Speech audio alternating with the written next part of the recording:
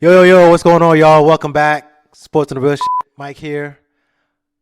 I've just been counting down the best players who have worn jerseys number 30 through 1 in the NFL.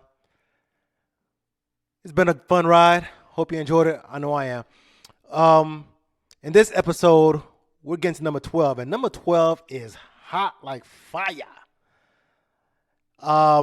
It is stacked for sure. So let's get into it right now.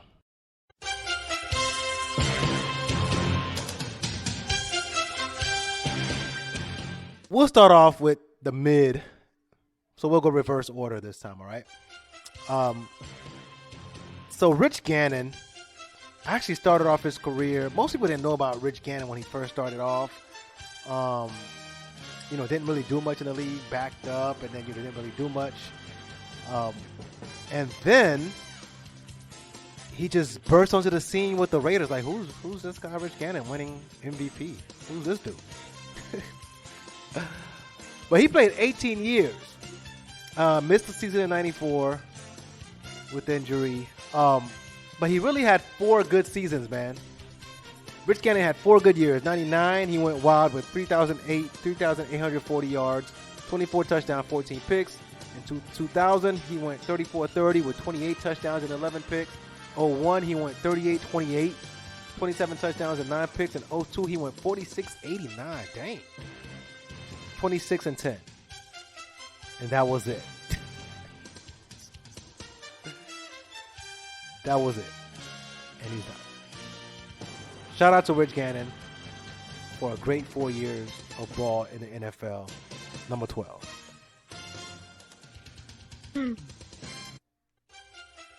Another number 12 baller. Now this guy was a baller. Randall Cunningham. This is from my childhood right here. He was the GOAT, to me, dual threat. Some cats can really run, really pass. Randall was both of them. He did both of them great. Especially for the era that he played in, where coaches wasn't really letting dudes run loose like that, designing run plays. And he was like that. Long strides, long legs, and a super cannon for an arm. Like, if it wasn't for injury, this cat would have been going on and on and on. 16 years, primarily in Philly, got hurt in 91 with his ACL, but played in Minnesota. A couple years there with Randy Moss and them, Chris Carter, Dallas, and then Baltimore, end of his career. Retired in 96, and then came back. 29,979 total yards for his career, 207 touchdowns, 134 picks, 35 rushing touchdowns to add to that. 4-time Pro Bowler, 1-time All-Pro, second in MVP voting in 88, 90, and 98. Cat was, if you didn't watch Randall Cunningham live, like, dude was just amazing.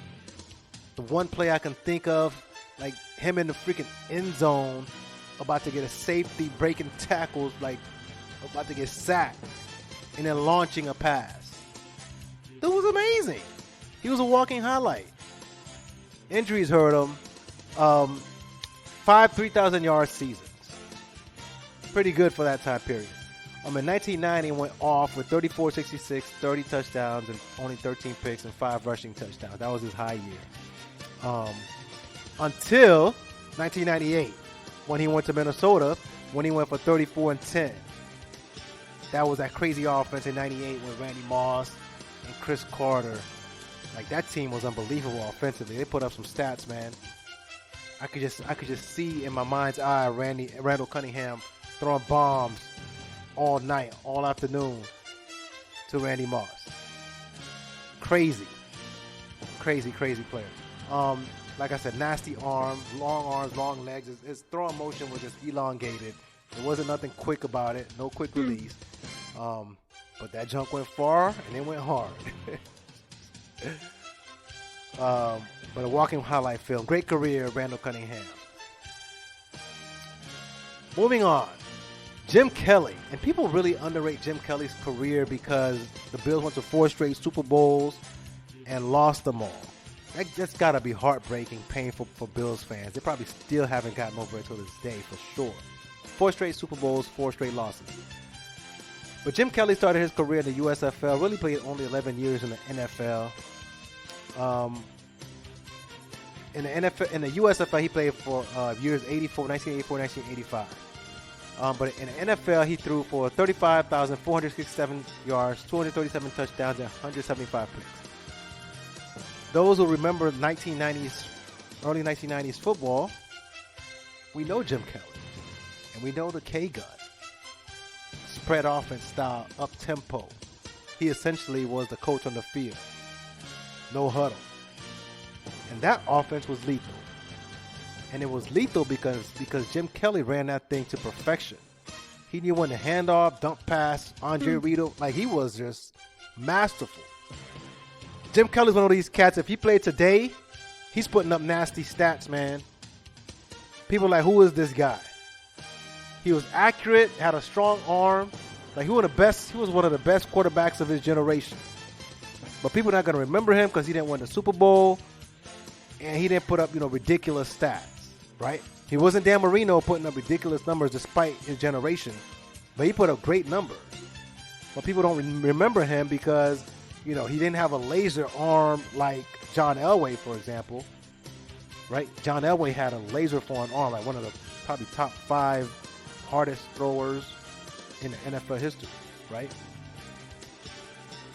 But Jim Kelly was still nice with it. And if he played today, easy, man. 4,000 yards, 3,500 yards, 4,000 yards, easy. 35 touchdowns, easy. No problem. Because he was masterful in running the offense that he ran back in the day with the K-Gun. But despite all that, despite the defenses, being able to kill the quarterback and taking people's heads off and this and that, the guy was super successful as a quarterback, as a leader. One of the most respected quarterbacks of his generation. At least to me, in my mind, in my eye. So shout out to one of the greats, Hall of Famer, forgot to mention, Hall of Famer, Jim Kelly.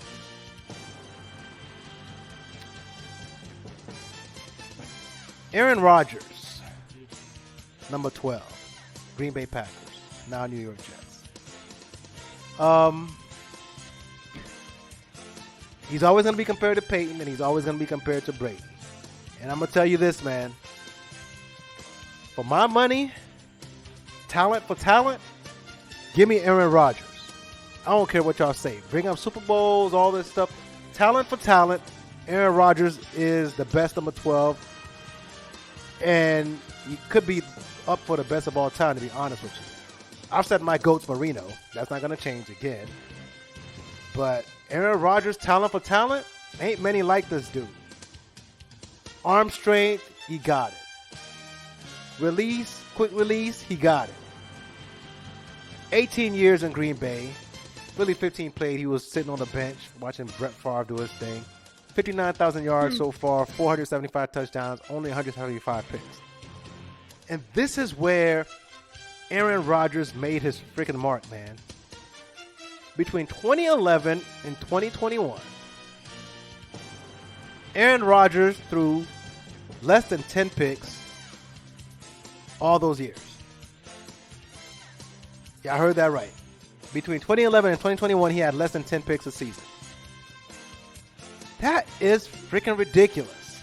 10-time Pro Bowler, 4-time All-Pro, 1-time Super Bowl champ, 4-time MVP, 11 times he's thrown for 4K. In 2020, he put up 48 touchdowns and 5 picks. Come on, man. 3 times he had 3,000 yards. Ooh, down years. 3 times 40 touchdowns. 4 times 30 touchdowns. 21 career comebacks. 31 career game-winning drives. The brother is just insane, man. Insane. And unfortunately for him, he's going to be compared to the guy I'm about to talk next, Tom Brady. Because Tom Brady has a bunch of rings, but Tom Brady is not the talent that Aaron Rodgers is. Tom Brady played on better teams, and Aaron played on some great teams as well. He probably should have had more playoff success. But Tom Brady all around played for better coaches and better teams. And he played for longer. So he has a lot of longevity stats. But talent for talent, Aaron Rodgers is like that. He is that dude. But again, he's going to be compared to Tom Brady because Tom Brady played 23 years across New England and Tampa Bay. Tom Brady threw for 89,214 yards, man. This junk is so funny looking at it. 89,240 yards, 649 touchdowns. Damn! 212 picks only. Unbelievable. 15-time Pro Bowler, 3-time All-Pro, 7-time champ, 5-time Super Bowl MVP, 3-time MVP, 2-time Offensive Player of the Year. 2007, he went for 4806, 50 touchdowns, 8 picks. Yeah. Wow. 1-time 50 touchdowns, 2-time 40 touchdown passes. 5 times he led the league in TDs. 6 times he went for 3K. 12 times he went for 4K. 2 times he went for 5,000 yards. That is an insane career.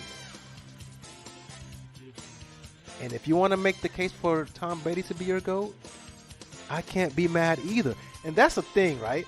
Like, when you're objective, except for me, I'm biased with Dan Marino.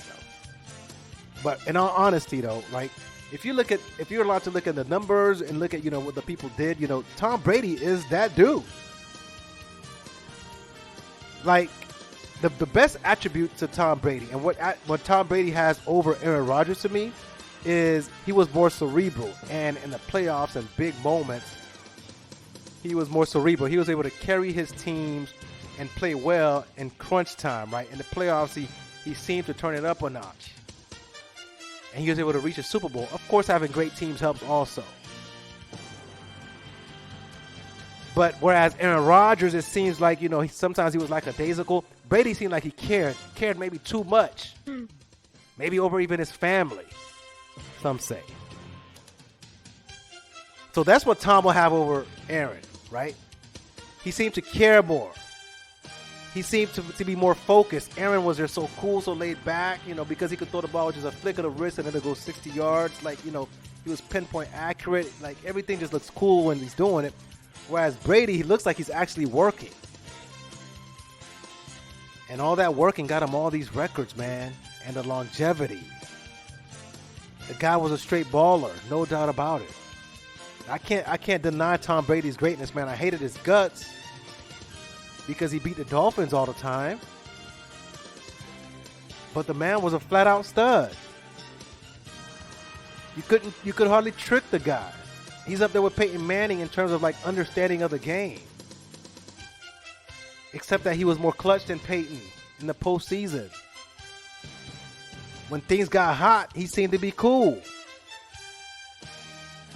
So yeah, in those facets, Tom Brady is GOAT, no doubt. But in terms of talent, Aaron Rodgers got him beat, guys. Aaron Rodgers got him beat, yo.